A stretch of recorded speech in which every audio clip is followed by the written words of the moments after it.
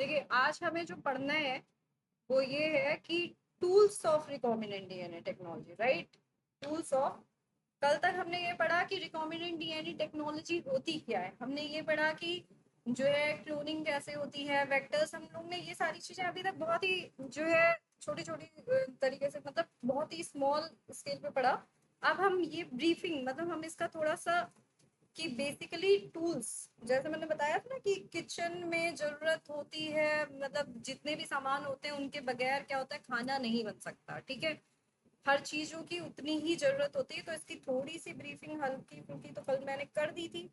तो आज इसी से स्टार्ट करते हैं कि जेनेटिक इंजीनियरिंग और recombinant DNA technology can be accomplished only if we have the key tools like restriction enzymes, polymerase enzymes, ligases, vectors, and the host organism. Restriction enzyme मैंने बताया था कल ही, थोड़ा सा बता दिया था कि टू एंजाइम्स थे जो कि ये सब चीजें तो कल बता चुके थे, कि तब भी थोड़ी सी ब्रीफिंग कर देते हैं कि two enzymes, two restriction enzymes, ठीक है, two restriction enzymes, right, two restriction enzymes responsible for restricting the growth of bacteriophage. भाई क्या है बैक्टीरियोफेज? एक ऐसा वायरस है जो कि क्या करता है, infect the bacteria, right, virus that infect bacteria. तो जिस तरीके से हम मेडिसिन ले लेते हैं, तो बैक्टीरिया के पास भी तो कुछ होना चाहिए ना, इवोल्यूशन ऐसा कि वो जो है अपने आप को वायरस से बचा पाए।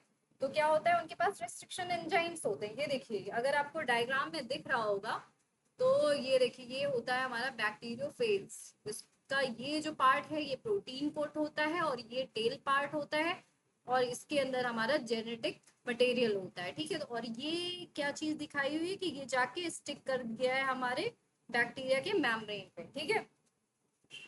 और यहाँ पे फिर इसको रेस्ट्रिक्शन एंजाइम क्या करेंगे, इसको कट कर देंगे। जब इसको कट कर देंगे इसके मटेरियल को, जेनेटिक मटेरियल को, तो ये इसका जो इन्फेक्शन है वो उससे बैक्टीरिया बच जाएगा। तो ये इवोल्यूशन होता है बैक्टीरिया के पास। वन ऑफ दीज, अब ये मैंने कल बताया था, इसमें थोड़ा जल्दी जल्दी में बताया था, इसको थोड़ा सा डिटेल में जान लो कि देखिए बैक्टीरिया है बेटा, ठीक है, बैक्टीरिया, बैक्टीरिया के पास अपना जेनेटिक मटेरियल होगा, ठीक है, बैक्टीरिया के पास अपना जेनेटिक मटेरियल होता है। और जब वायरस आएगा तो उसके पास भी अपना जेनेटिक मटेरियल होगा, ठीक है। तो पहला काम तो ये क्या करता है, जब बैक्टीरिया क्या करता है, ये देखिए पहला काम ये क्या करता है कि मिथाइल ग्रुप अपने वाले जीनोम पे, अपने वाले डीएनए पे ये क्या करता है, मिथाइल ग्रुप को ऐड कर देता है, ठीक है। फिर उसके बाद क्या होता है, अब इसने क्या किया, अगर इसने मिथाइल ग्रुप ऐड कर दिया तो restriction endonuclease does not cut the methylated side, right. लेकिन रेस्ट्रिक्शन एंडोन्यूक्लियस जो कि बैक्टीरिया के पास है, बैक्टीरिया को बचाने के लिए इनके जेनेटिक मटेरियल को कट कर देगा और बैक्टीरिया को बचा लेगा, ठीक है। तो ये दो इवोल्यूशन होते हैं हमारे बैक्टीरिया के पास। इसको कहीं नोट डाउन अगर करना चाहें तो नोट डाउन कर लीजिएगा।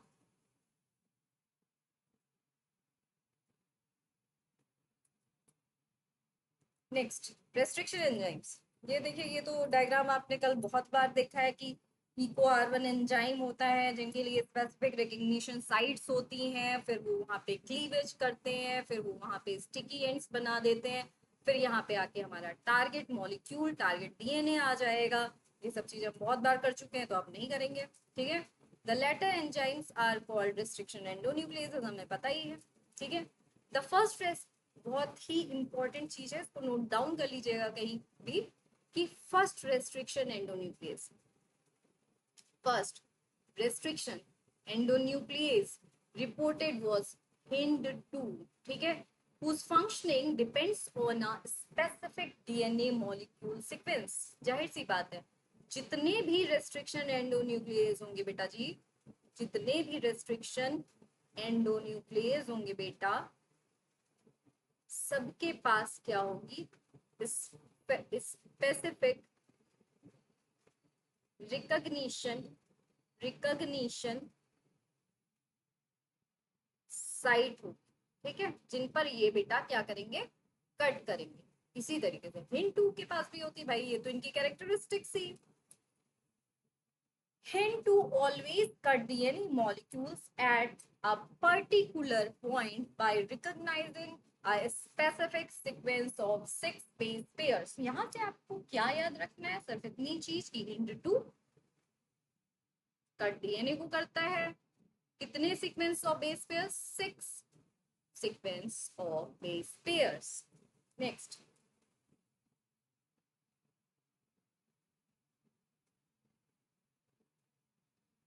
हिंट 3, सॉरी हिंट 2, ये देखिए हिंट 2 क्या कर रहा है, ब्लंट एंड्स कट कर रहा है, ठीक है, ब्लंट एंड्स मेक कर रहा है।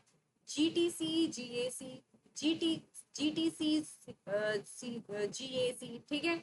जो मैंने बताया था कल की पैलिंड्रोमिक साइट्स होती हैं, तो पैलिंड्रोमिक सीक्वेंसेस कौन से सीक्वेंसेस होते हैं कि जब हम इधर से पढ़े चाहे इधर से पढ़े, दोनों तरफ से क्या होते हैं, सेम होते हैं, ठीक है। जो सीक्वेंस, उनको हम पैलिंड्रोमिक सीक्वेंस कह सकते हैं। इसको जनरल एग्जांपल में आप ऐसे देख सकते हो, देखो मॉम, मॉम को इधर से पढ़ोगे तो भी मॉम, उधर से पढ़ोगे तो भी मॉम, तो यही होते हैं हमारे क्या, पैलिंड्रोमिक सीक्वेंस होते हैं। इतनी बात क्लियर होगी आई थिंक सभी को।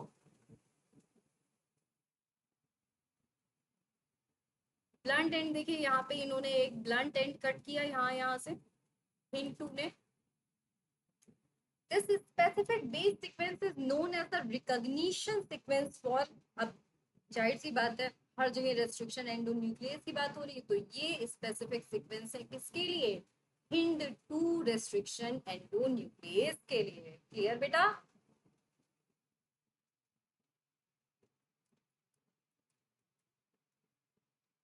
Besides hint 2, today we know more than 9, ये चीज आपको एकदम रट जानी चाहिए कि हिंड 2 के अलावा देखिए बिसाइड्स हिंड 2 900 रेस्ट्रिक्शन एंजाइम्स, ये डेटा आपको रटा हुआ होना चाहिए कि 900 restriction enzymes that have been isolated, अभी तक आइसोलेट किए जा चुके हैं, and over 230 strains of bacteria, each of which recognize a different recognition sequence। 230 strain of bacteria से अभी तक 900, ये डेटा आपको कहीं नोट डाउन कर लेना चाहिए कि 900 restriction enzymes, restriction enzymes, enzymes isolated from 230 strains of bacteria। सोचिए अभी तक इतने हमें पता है strains of bacteria, ये आपकी एनसीईआरटी में सीधे ये लाइन लिखी हुई है और ये डेटा आपको याद होना चाहिए। Each of which recognize a different, जाहिर सी बात है सबके लिए जो रिकॉग्निशन सीक्वेंस होंगे बेटा वो क्या होंगे, डिफरेंट डिफरेंट होंगे। ये देखिए यहाँ पे आप देख सकते हैं बैम H1, eco R1, hind 3, TST1, SMA1, SPA1, ये सारे क्या है हमारे, ये सारे हमारे रेस्ट्रिक्शन एंडोन्यूक्लियस हैं। ऐसे तो देख ही चुके हैं आप कितने सारे, लेकिन यहाँ पे कुछ मेंशन किए गए हैं जो कि बहुत इंपॉर्टेंट है। क्लियर बेटा। सोर्स माइक्रो ऑर्गेनिज्म, भाई ये नेम है जो इनको दिए गए थे और ये इनके रिकॉग्निशन सीक्वेंस है। बैम H1 मतलब बैसिलस एमाइलोलिक्विफेशियंस से ये किया गया आइसोलेट। इको R1 मतलब कि देखिए Escherichia is the genus, coli is the species, and RY13, तो ये हो गया हमारा इको R1, एस्ट्रीजिया कोलाई से आइसोलेट किया गया। हिंड 3 हीमोफिलस इन्फ्लुएंजी से आइसोलेट किया गया, एंड TST1 प्रोविडेंसिया स्टेरलाइज से जो है किया गया, और SMA1 सेरेडिया मासेंसेस से। तो इस तरीके से डिफरेंट डिफरेंट माइक्रो ऑर्गेनिज्म से डिफरेंट डिफरेंट नेम वाले हमारे रेस्ट्रिक्शन एंडोन्यूक्लियस आइसोलेट किए गए, जिनके डिफरेंट डिफरेंट सीक्वेंसेस हैं, रिकॉग्निशन सीक्वेंसेस होंगे, ठीक है। इसीलिए कहा जाता है कि हर रेस्ट्रिक्शन एंडोन्यूक्लियस की एक स्पेसिफिक रिकॉग्निशन साइट होती है जिस पर कि वो कट करते हैं। इतना समझ में आ गया बेटा। The convention for naming these enzymes is that the first letter, अभी मैं बता चुकी जो आप लोगों को, देखिए जिनको आता है उनको बहुत अच्छी बात, और जिनको नहीं आता है वो यहाँ से देख ले बेटा।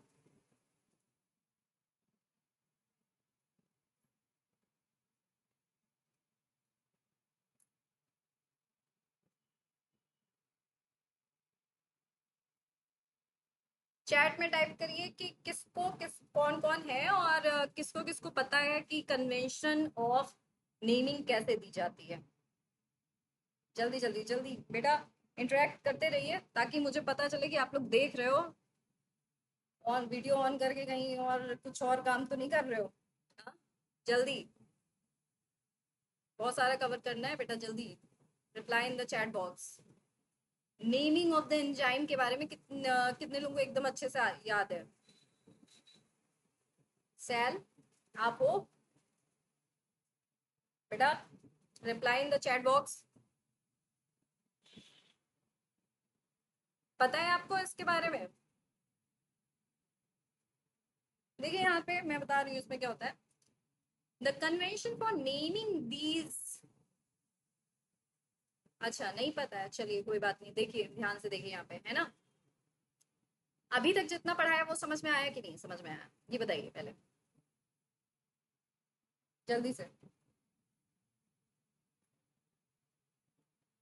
अभी तक की चीजें सारी क्लियर है? सैल बेटा जल्दी रिप्लाई करिए।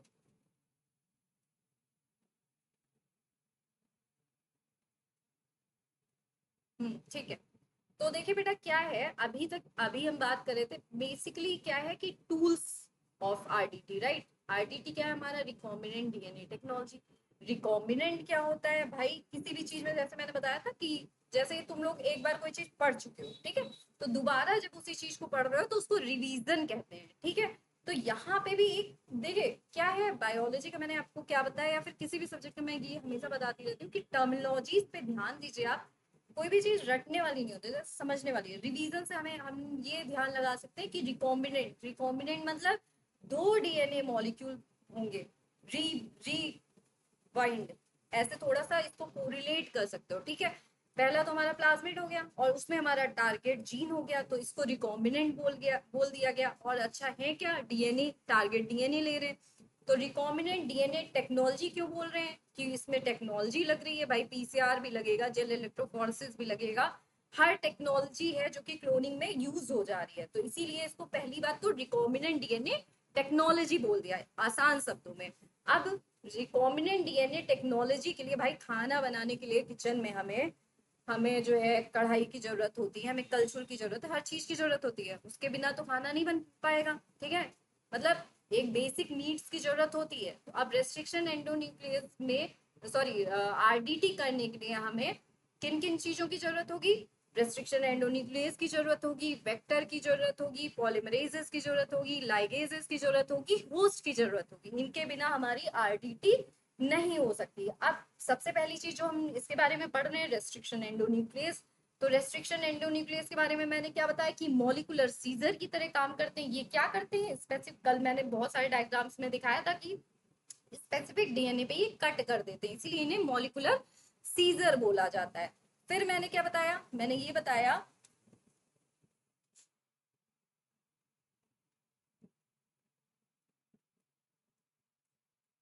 अब हम क्या बता रहे हैं यहाँ से? अब हम बता रहे हैं बेटा, यहाँ पे ध्यान से देखना, कन्वेंशन फॉर नेमिंग मतलब कि इसकी जो नेमिंग चली आई हुई है, ये क्या है? एंजाइम्स हैं, ये तो हमें पता ही है भाई, सीधी बात। इसको कहीं पे नहीं पता है तो इस तरीके से लिखिए कि restriction endo, restriction endo nucleus, endo nucleus, पहली बात एंजाइम्स है। नहीं पता है जिनको, वो इस तरीके से नोट डाउन कर लीजिए, ठीक है।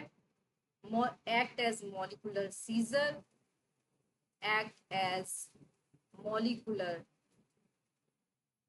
seizure, act as molecular seizure। Then लिखिए थर्ड वाला, cut at specific, cut at specific recognition, recognition site, cut at specific recognition site। सो अब यहाँ पे ये बात हो रही है कि कन्वेंशन मतलब कि इन एंजाइम की नेमिंग कैसे करी गई। जैसे हमने बहुत सारे पढ़े ना, हिंड 2 पढ़ा, हिंड 3 पढ़ा, इको R1 पढ़ा, BAM H1 पढ़ा, इतने सारे रेस्ट्रिक्शन एंडोन्यूक्लियस हमने पढ़ लिए। लेकिन अब क्वेश्चन ये उठता है कि जैसे इको R1 है, BAM H1 है, ये सब नाम किस तरीके से दिए गए भाई। तो इस पे क्वेश्चन देखिए, यहाँ पे ये है, first letter of the name comes from the genus. Genus होते हैं, स्पीसीज होती है, ठीक है।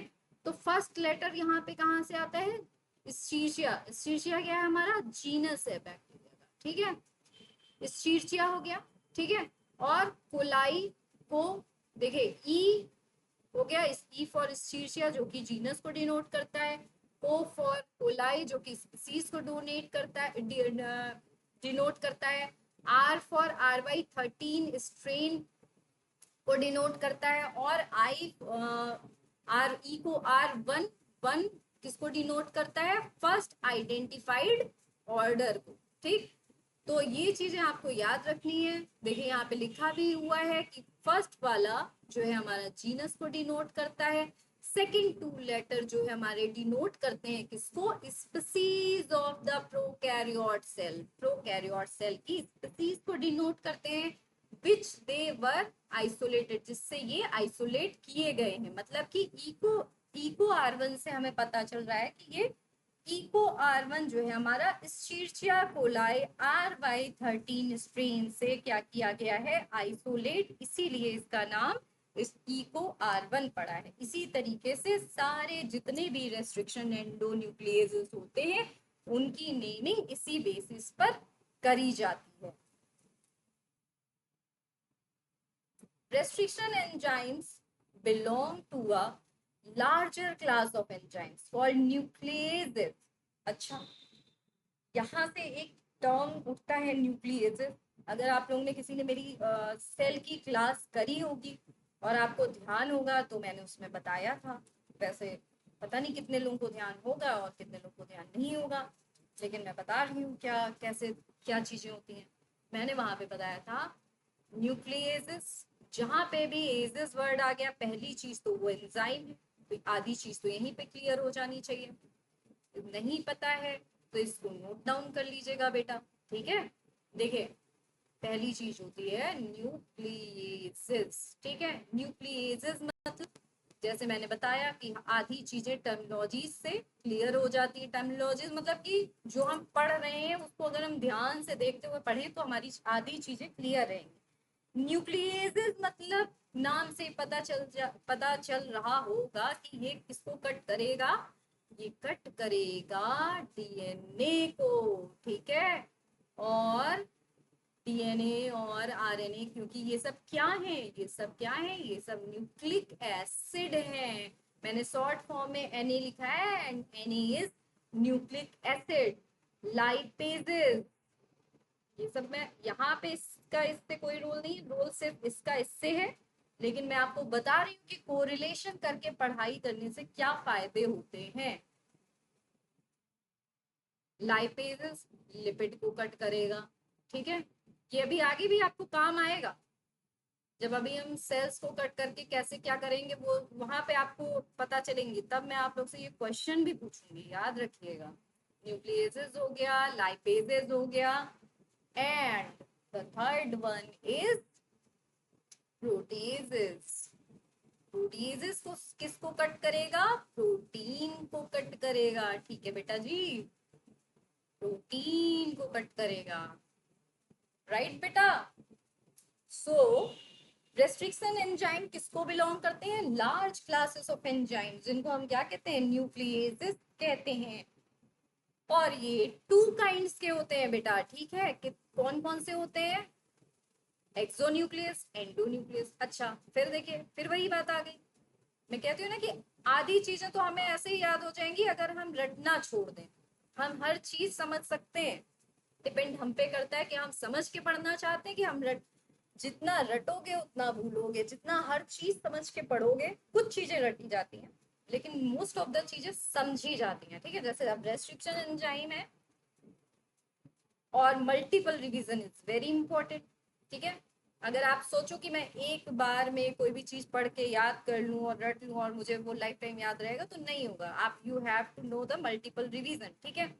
तो रेस्ट्रिक्शन एंडोन्यूक्लियस कितने टाइप के हो गए हमारे? एक्सोन्यूक्लियस हो गया, एंडोन्यूक्लियस हो गया। एक्सोन्यूक्लियस क्या करता है? Removes nucleotides from the ends of the DNA. जैसे नाम से ही पता चल रहा है, एक्सो मतलब क्या कर रहा होगा ये? एंड्स ऑफ डीएनए से कट कर रहा है, ठीक है। मतलब एंड मतलब बाहर की तरफ से। एंडो देखो नाम से ही पता चल रहा है, एंडो कोरिलेट ऐसे कर सकते हो, एंडो मतलब अंदर, ठीक है। थोड़ा सा कोरिलेशन की जरूरत होती है, ठीक है बेटा जी। तो एंडो हो गया, न्यूक्लियस हो गया। तो makes cut at specific position with in the DNA. देखिए बस यहाँ पे आपको याद रखने वाली जो बात है बेटा, वो क्या है? वो ये है कि एक्सो, इसको कहीं पे नोट डाउन कर लीजिएगा। एक्सो न्यूक्लियस, ठीक है, removes nucleotide from the ends of the DNA, ठीक है, एंड्स ऑफ द डीएनए।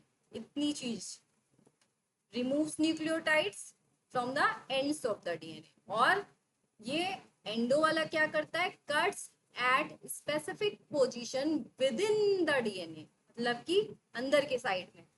आगे डायग्राम होगा उसमें देखिएगा। नेक्स्ट देखिए, यहाँ पे डायग्राम में साफ साफ पता चल रहा है एंडोन्यूक्लियस एक्टिविटी, ठीक है। देखिए सीजर क्यों दिखाई गई है? सीजर इसलिए दिखाई गई है बेटा क्योंकि ये रेस्ट्रिक्शन एंडोन्यूक्लियस है, और restriction endonuclease work as a molecular scissor. और एंडोन्यूक्लियस देखिए मतलब ये यहाँ पे अंदर की तरफ काट रहा है ना, बाहर तो नहीं काट रहा है, एंड पे तो नहीं काट रहा है। तो ये क्या हो गया? एंडोन्यूक्लियस। और ये देखिए एक्सोन्यूक्लियस एक्टिविटी, मतलब अगर यहाँ पे कटिंग हो रही, दैट इज एक्सोन्यूक्लियस कटिंग। मतलब जो कटिंग अंदर की तरफ हो रही है उसे एंडोन्यूक्लियस एक्टिविटी कहेंगे, और जो कटिंग बाहर की तरफ हो रही है बेटा उसको हम एक्सोन्यूक्लियस एक्टिविटी कहेंगे। इतनी बात क्लियर है सभी को? Each restriction endonuclease function by inspecting the length of a DNA sequence, ठीक है। मतलब क्या कह रहा है कि हर रेस्ट्रिक्शन एंडोन्यूक्लियस बेटा फंक्शन करेगा कैसे? क्या करेगा? इंस्पेक्ट करेगा पूरा length of a DNA sequence. और क्या करेगा उसके बाद? जो उसकी साइट है, स्पेसिफिक साइट, उस पर जाके क्या कर देगा बेटा जी? कट कर देगा। इतनी बात क्लियर होगी सभी लोगों को, ठीक है। once it finds its specific recognition sequence, देखिए वही बात जो मैंने अभी थोड़ी देर पहले बोली थी आपसे, ठीक है। क्या बात बोली थी? कि जैसे ये इंस्पेक्ट करता रहता है, जैसे कोई इंस्पेक्टर आता है हमारे घर में, और मतलब हमारे घर में नहीं, मतलब किसी के भी घर में जाए और वो पूरा हर कमरा देखने के बाद जो उसको लगे कि हाँ यहीं पे दिक्कत होगी तो वो वहां पे पहुंच जाता है, ठीक है। तो ये दिक्कत नहीं, ये तो अपने स्पेसिफिक रिकॉग्निशन सीक्वेंस को ढूंढता ढूंढता वहां पे पहुंच जाता है। It binds to the DNA, फिर ये बाइंड कर लेता है, फिर कट कर देता है each of the two strand of the double helix at specific points in their sugar phosphate backbones में कट कर देता है। अब अगर आपको डीएनए का स्ट्रक्चर याद होगा तो मैं थोड़ा सा आप लोगों से मुखातिब होना चाहूंगी, और मैं आपसे डीएनए का स्ट्रक्चर इसलिए पूछना चाहूंगी क्योंकि यहाँ पे देखिए सुगर फॉस्फेट बैकबोन्स आ गया, ठीक है। मतलब कि ये कहाँ कट कर रहा है? कट ईच ऑफ द, मतलब डबल हेलिक्स को कट कर रहा है स्पेसिफिक पॉइंट कहाँ पे? Sugar phosphate backbone. तो मुझे आप लोग से कुछ जनरल चीज पूछनी है। I am coming to you. Ma'am lipid के नीचे क्या लिखा है? लिपिड के नीचे बेटा लिखा था प्रोटीएजेस, ठीक है।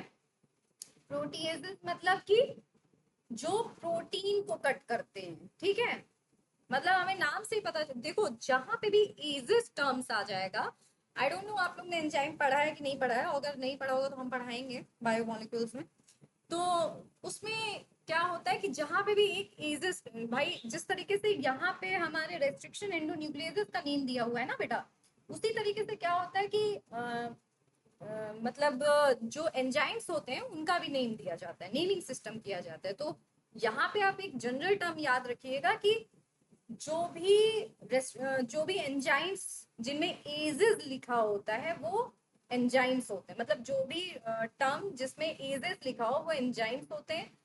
तो न्यूक्लियेजेस हमारा न्यूक्लिक एसिड को कट करेगा, लाइपेजेस हमारा लिपिड को कट करेगा, और प्रोटीएजेस हमारा प्रोटीन को कट करेगा। ठीक है, क्वेश्चन मेरा ये था बेटा, क्वेश्चन ये है कि आप लोग मुझे ये बताओ कि डीएनए होता क्या है। पहले तो मुझे ये बता दो बस, एक जनरल टर्म बताओ बेटा, डीएनए क्या होता है जल्दी से। सेल और दूसरा कौन ऐड है भाई? Yes ma'am, no ma'am, DNA पता है। और डीएनए न्यूक्लियोटाइड क्या होता है, न्यूक्लियोसाइड क्या होता है? विद इन 1 मिनट, 1 मिनट नहीं, विद इन 50 सेकेंड्स बता दो, क्योंकि 1 मिनट में तो तुम लोग ऑनलाइन सर्च कर लोगे। ठीक है, जल्दी से बता दो, जल्दी बताओ बेटा, बताओ बेटा, फिर आगे बढ़ना है। नहीं पता तो वो भी बोल दो नो मैम, तो हम बता देंगे। क्यों मैं ये क्वेश्चन पूछ रही हूँ ये भी बता दूंगी। जल्दी बताओ बेटा।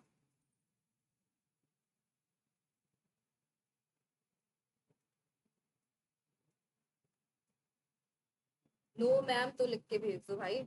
यस मैम अगर पता है तो वो बता दीजिए, नहीं तो नो मैम लिख दीजिए, तो मैं आगे बढ़ूँ।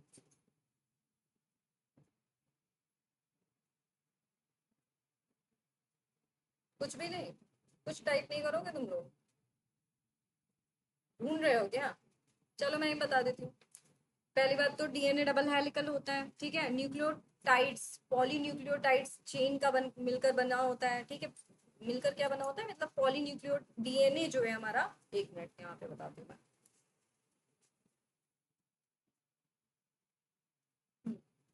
देखो क्या होता है, डीएनए भूल गए बताओ तुम लोग? Not a good thing. देखो डीएनए क्या होता है, पहली बात तो ये बेटा, पॉलीन्यूक्लियोटाइड, न्यूक्लियोटाइड चेन होता है, राइट? पॉलीन्यूक्लियोटाइड ये चेन होता है। ठीक है, made up of made up of made up of nucleotides.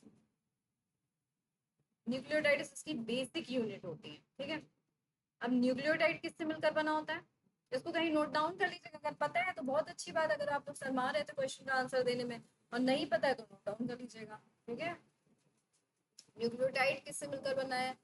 Sugar से मिलकर बना है। फॉस्फेट हो गया हमारा, प्लस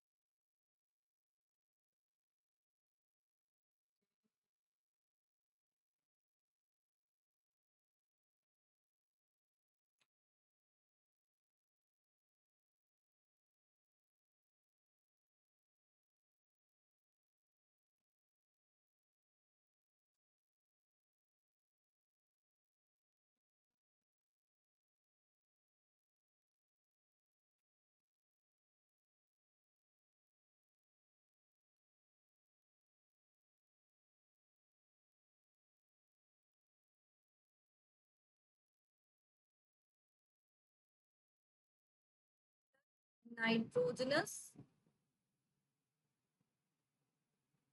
बेस होता है। इतना क्लियर है?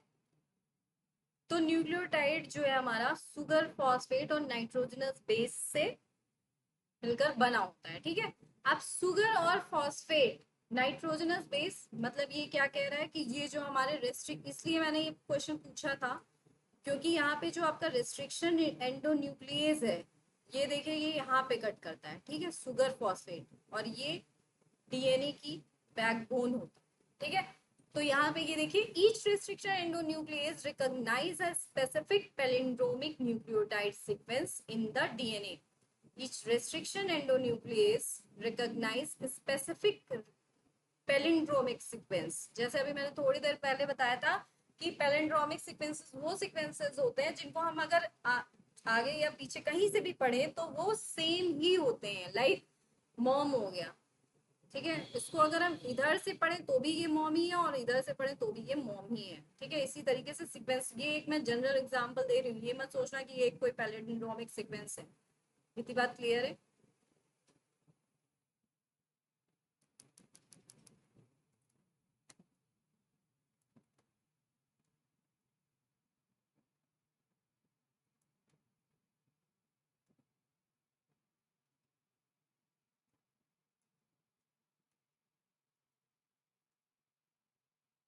ठीक। Palindromics are groups of letter that, देखिए यहाँ से आप पैलिंड्रोम की क्या है डेफिनेशन सुन लीजिए। पैलिंड्रोम्स क्या होते हैं? पैलिंड्रोम्स group of letters that form the same word when they read in both forward and backward direction, ठीक है। मतलब अगर हम फॉरवर्ड डायरेक्शन से देखते हैं, आगे से देखते हैं तो भी वो सेम होते हैं, पीछे से देखते हैं तो भी वो same. Simple.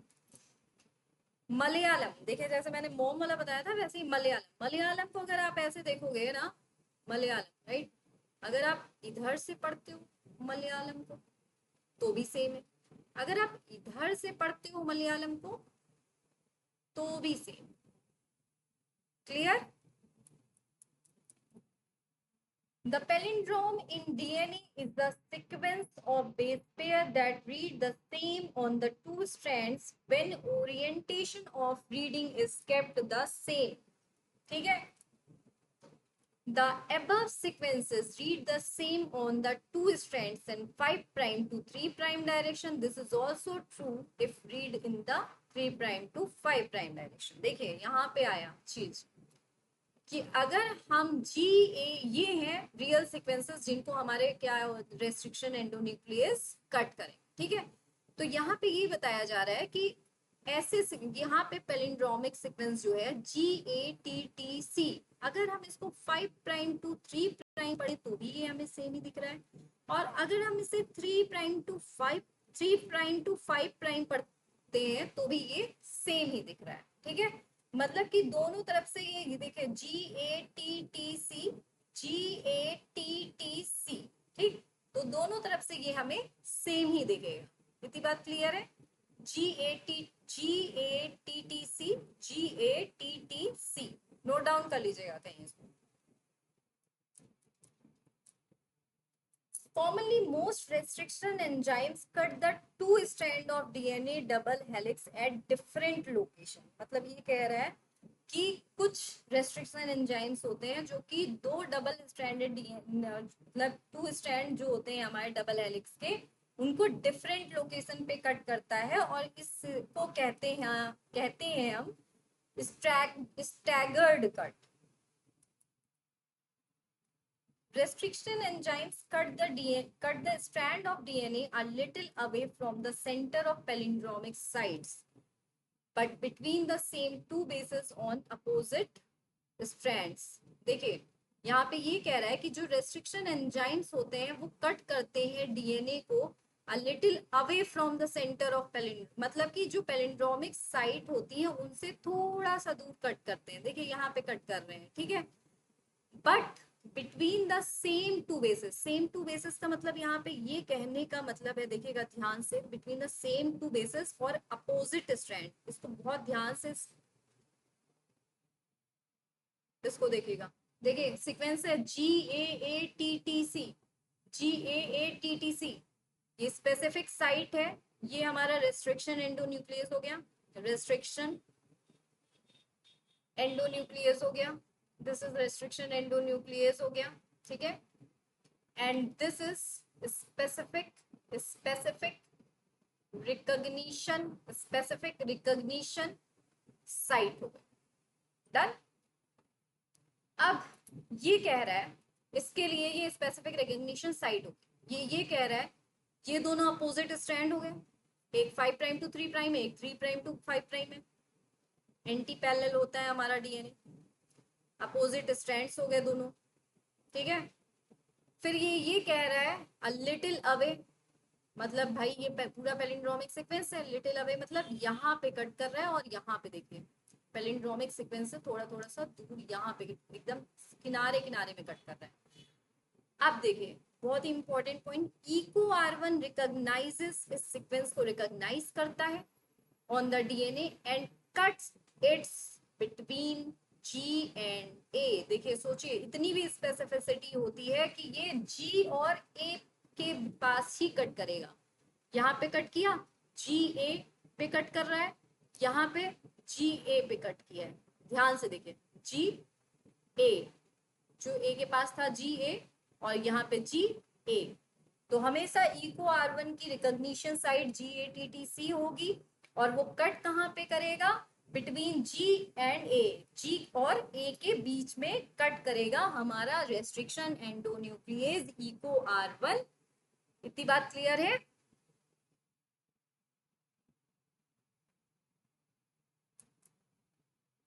These overhanging stretches are called sticky ends or cohesive ends, ठीक है। इन ओवरहैंगिंग स्ट्रेचेस को हम क्या बोलते हैं, स्टिकी एंड या कोहेसिव एंड्स बोलते हैं। इसको कहीं नोट डाउन कर लीजिएगा। देखिए ठीक है, next, these are named so because they form hydrogen bond with their complementary cut counterparts. This stickiness of the ends facilitate the action of the enzyme, मतलब कि ये जो sticky ends बने वो क्या करेंगे, डीएनए लाइगेज को इन्वॉल्व करके वो क्या करेंगे, एक्शन, मतलब डीएनए लाइगेज के एक्शन को फैसिलिटेट मतलब कि इन्वॉल्व करेंगे, ठीक है। ये देखिए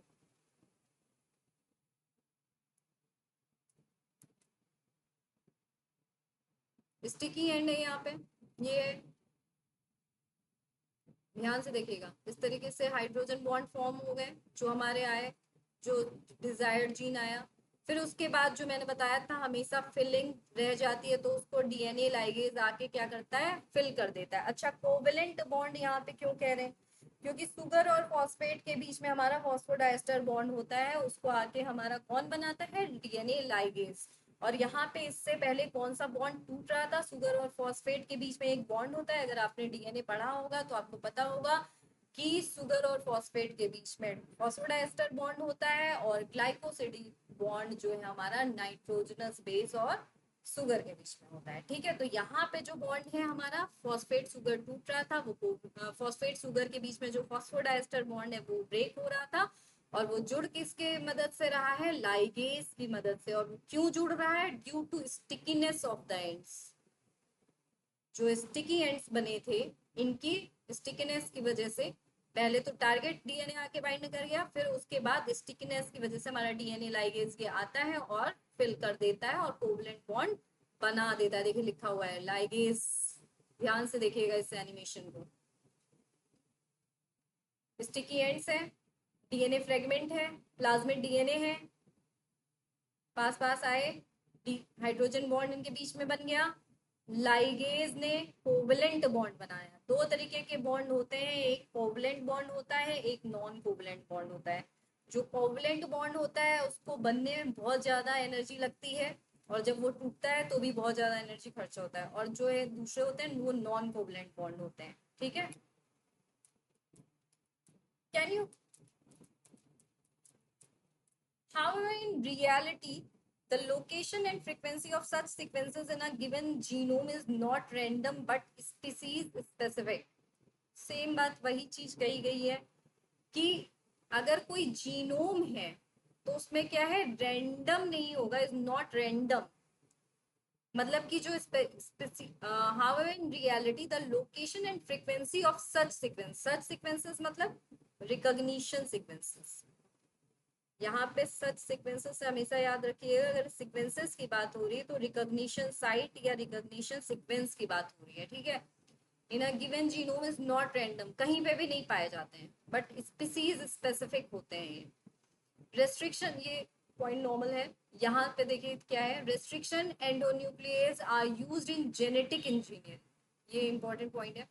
to form recombinant molecule of DNA, जाहिर सी बात है भाई, अगर रेस्ट्रिक्शन एंडोन्यूक्लियस ही नहीं होगा तो वो स्पेसिफिक साइट पे कट ही नहीं करेगा। जब स्पेसिफिक साइट पे कट करके उन बेसिस को हटाएगा नहीं तो वहां पे नए बेसिस आके कैसे जुड़ेंगे।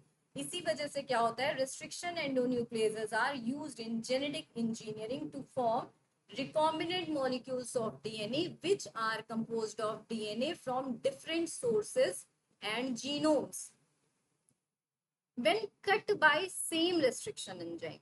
ठीक, अब क्या कह रहा है कि अगर सेम रेस्ट्रिक्शन एंजाइम से कट किया जाता है तो जो रिजल्टेंट डीएनए फ्रेगमेंट होता है have the same kind of sticky ends and these can be joined together end to end using DNA. मतलब कि सेम रेस्ट्रिक्शन एंजाइम है, अगर उससे वेक्टर को भी कट किया जा रहा है और हमारे जो है जो डिजायर्ड जीन है उसको भी कट किया जा रहा है तो क्या होगा, स्टिकी एंड्स जनरेट होंगे और डीएनए लाइगेज वहां पे क्या कर देगा आके बाद में फॉस्फोडाइस्टर बॉन्ड जो होता है हमारा कोवेलेंट बॉन्ड उनको बना देता है। It is interesting to note that restriction endonuclease, देखिए यहाँ पे लिखा भी हुआ है, इसको कहीं पे नोट डाउन कर लीजिएगा, बहुत ही इंपॉर्टेंट पॉइंट है ये। ठीक है, restriction endonuclease, restriction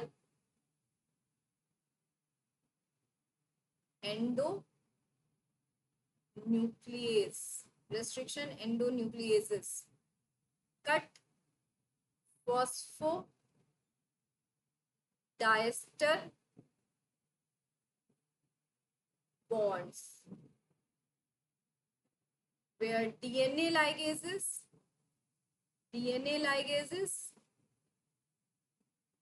forms, इसको कहीं नोट डाउन कर लेते हैं, फॉर्म्स फॉस्फोडाइस्टर बॉन्ड। ठीक है, मतलब रेस्ट्रिक्शन एंडोन्यूक्लियस जो एंजाइम है वो क्या कर रहा है, फॉस्फोडाइस्टर बॉन्ड को कट कर रहा है तो वहां से सीक्वेंस जो है हटा रहे हैं, फिर वहां पे सीक्वेंस ऐड किए जा रहे हैं और डीएनए लाइगेज क्या कर रहा है, आके फॉस्फोडाइस्टर बॉन्ड को बना दे रहा है। ठीक है, next, genetic engineering or recombinant DNA technology can be accomplished only if we have the key to restriction enzymes, polymerase enzymes, ligases vector and the host, all of the above। अब मैं ये question आप लोगों पर छोड़ती हूँ और मुझे बताएं इस क्वेश्चन का आंसर। ठीक है, सविता और शैल बताइए बेटा।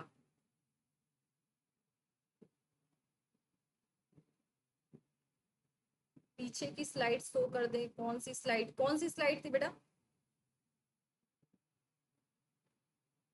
अभी चैट बॉक्स में लिख देना थोड़ी देर बाद, पहले इस क्वेश्चन का आंसर दो।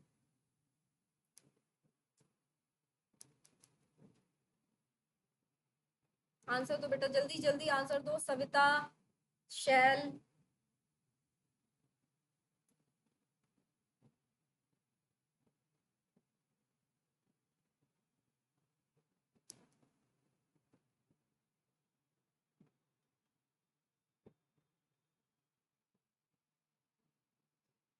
आंसर दो बेटा। नहीं पता, सविता शैल दोनों में से किसी लोगों को नहीं पता?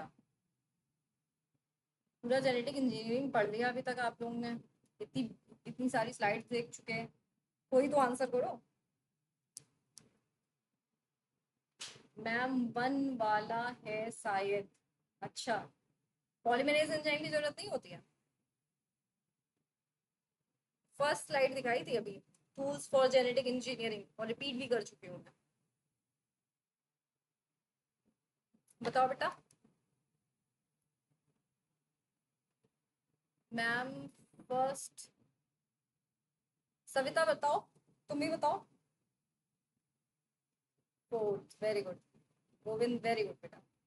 देखो, पहली ही स्लाइड थी और उसके बाद मैंने अभी आई थिंक तब से 1-2 बार रिपीट कर दिया है कि अब आप ये सोचो कि सारी वही होता है ना कि सारी रामायण पढ़ ली, राम कौन था पता नहीं। ठीक है, तो ये बहुत गलत चीज होती है। तो पहली चीज आप ये समझिए कि मैंने तो उससे एग्जाम्पल भी दिया था, एक जनरल एग्जाम्पल भी दिया था कि जो है क्या कहते हैं, अगर किचन में बहुत ही बेसिक नीड्स जिनके लिए जिनसे हम खाना बनाते हैं, अगर वो चीज़ें नहीं होंगी तो खाना नहीं बन पाएगा, ठीक है। उसी तरीके से अगर जेनेटिक इंजीनियरिंग के लिए बेसिक नीड्स, टूल्स, आज का टॉपिक है tools for genetic engineering, tools for recombinant DNA technology, ठीक है। तो उसके लिए मैंने ये बताया भी आप लोगों को कि क्या कहते हैं, रेस्ट्रिक्शन एंजाइम, जिससे आप कट करोगे सबसे पहले सीक्वेंसेस को। भाई जो आपको डिजायर्ड जीन चाहिए, जो टारगेट जीन आपको चाहिए, पहली बात तो आप उसको कट करने के लिए आपको रेस्ट्रिक्शन एंडोन्यूक्लियस की जरूरत होगी। फिर प्लाज्मिड को भी आपको कट करना है, क्योंकि प्लाज्मिड भी हमारा extra chromosomal part of DNA जो वेक्टर की तरह काम करेगा, जिसको हमें होस्ट में इंसर्ट करना है, ठीक है। तो उस प्लाज्मिड के साथ उसको भी कट करने के लिए हमें रेस्ट्रिक्शन एंडोन्यूक्लियस की जरूरत पड़ेगी। फिर मैंने बताया था पॉलीमरेज एंजाइम, कल मैंने बहुत ही इलैबोरेट करके बताया था कि पॉलीमरेज एंजाइम्स क्या होते हैं। पॉलीमरेज एंजाइम मैंने ये बताया था कि वो डीएनटीपीस को क्या करते हैं, पॉलीमराइज डीएनटीपीस क्या होते हैं, डीऑक्सी राइबोन्यूक्लियोटाइड्स होते हैं, जिनको ये ऐड करते जाते हैं पॉलीमरेज एंजाइम। तो पॉलीमरेज एंजाइम की भी जरूरत होगी, क्योंकि ये बहुत बेसिक क्वेश्चन, ये तो आपको मतलब इसमें कहीं कंफ्यूज होना ही नहीं चाहिए था।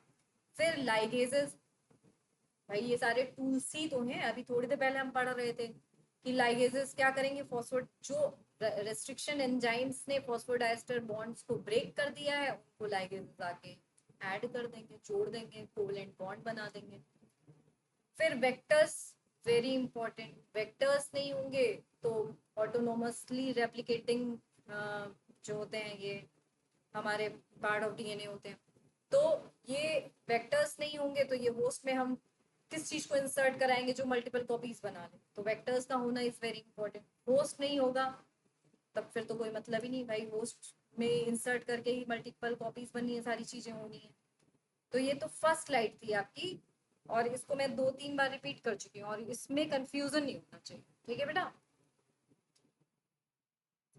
ध्यान से देखिए सारी चीजें आप लोग।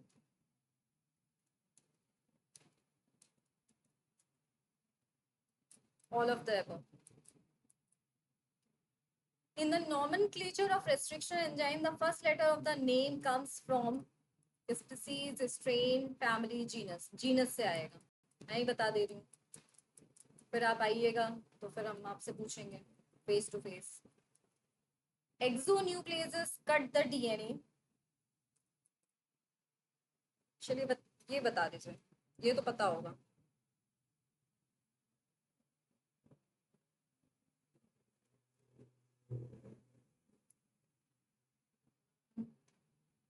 वेरी गुड, सही बताया।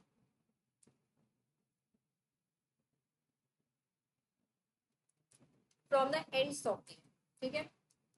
Now come on the second thing, second tool, cloning vectors, very important, right. DNA used as a carrier, देखिए यहाँ पे क्या है, डीएनए ही होते हैं जो कि as a carrier, as a carrier use होते हैं, as a carrier use for transferring, as a carrier use for transferring a fragment of foreign DNA. इसमें जो आपको सबसे ज्यादा याद रखने वाली बात है, बस इतना याद रखिएगा इसमें कि डीएनए कैरियर की तरह जो यूज होते हैं, कैरियर मतलब कोई चीज जो कहीं से हमको कहीं पे ले जाती है, जैसे कि मान लो आप जहाँ पे हो तो वहां से आप कोई व्हीकल यूज करते हो, तो जो क्लोनिंग वेक्टर होते हैं वो एज हमारे व्हीकल यूज हो रहे हैं, ठीक है। तो एज अ कैरियर यूज होता है ये हमारे जो डिजायर्ड जीन, जैसे मैंने बताया था ना कि अगर मुझे या फिर किसी को ऐश्वर्या राय जैसी आंखें नीली नीली चाहिए, तो उसके लिए जो जीन रिस्पॉन्सिबल होगा उसको इंसर्ट कराने के लिए सबसे पहले तो हमें वेक्टर की जरूरत होगी, ठीक है। तो द डीएनए, इतनी बात आपको समझ में आ गई होगी, DNA used as a carrier for transferring a fragment of foreign DNA into suitable host is called vector, ठीक है। इसको हम क्या कहते हैं, वेक्टर कहते हैं। अब देखिए यहाँ से कल मैंने बताया था कुछ चीजें वेक्टर के बारे में, थोड़ा बहुत वेक्टर, ये PBR 322 वेक्टर है, ठीक है। तो इसमें देखिए origin of replication very important, मैंने बताया था मल्टीपल कॉपीज जनरेट करने के लिए ओरिजिन ऑफ रेप्लिकेशन बहुत ही जरूरी होता है। फिर ये एम्पीसिलिन रेजिस्टेंट और टेट्रासाइक्लिन रेजिस्टेंट, ये क्या है, ये हमारे एंटीबायोटिक एंटीबायोटिक रेजिस्टेंट मार्कर्स हैं, एंटीबायोटिक रेजिस्टेंट मार्कर्स हैं। ये क्या करते हैं एंटीबायोटिक रेजिस्टेंट मार्कर्स?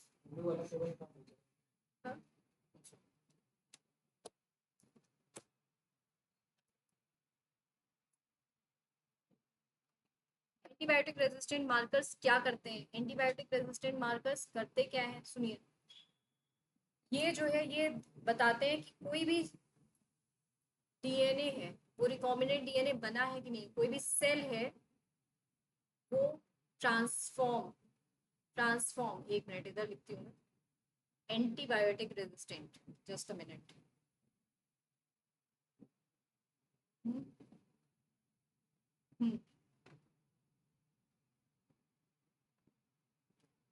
वेक्टर के पास वेक्टर के पास एंटीबायोटिक एंटीबायोटिक रेजिस्टेंट मार्कर्स होना इज वेरी इंपॉर्टेंट, ठीक है। रेजिस्टेंट मार्कर्स होना इज वेरी वेरी इंपॉर्टेंट, ठीक है। इनसे क्या होता है, पता चलता है कि एनी सेल गेट ट्रांसफॉर्म्ड और नॉट, ठीक है। अब आगे की क्लास में नेक्स्ट कंटिन्यू करेंगे। अभी तक का जितना भी किया गया है ये सारी चीजें आप लोग रिवाइज करके आइएगा, ठीक है बेटा। सविता, गोविंद, सैल, समझ में आया अभी तक का? बताइए बेटा, क्लियर है अभी तक की चीजें? बताइए जल्दी से, चैट बॉक्स में टाइप कर दीजिए, टाइप करिए बेटा।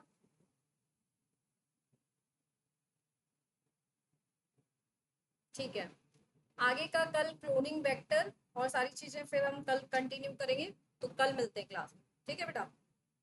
ओके।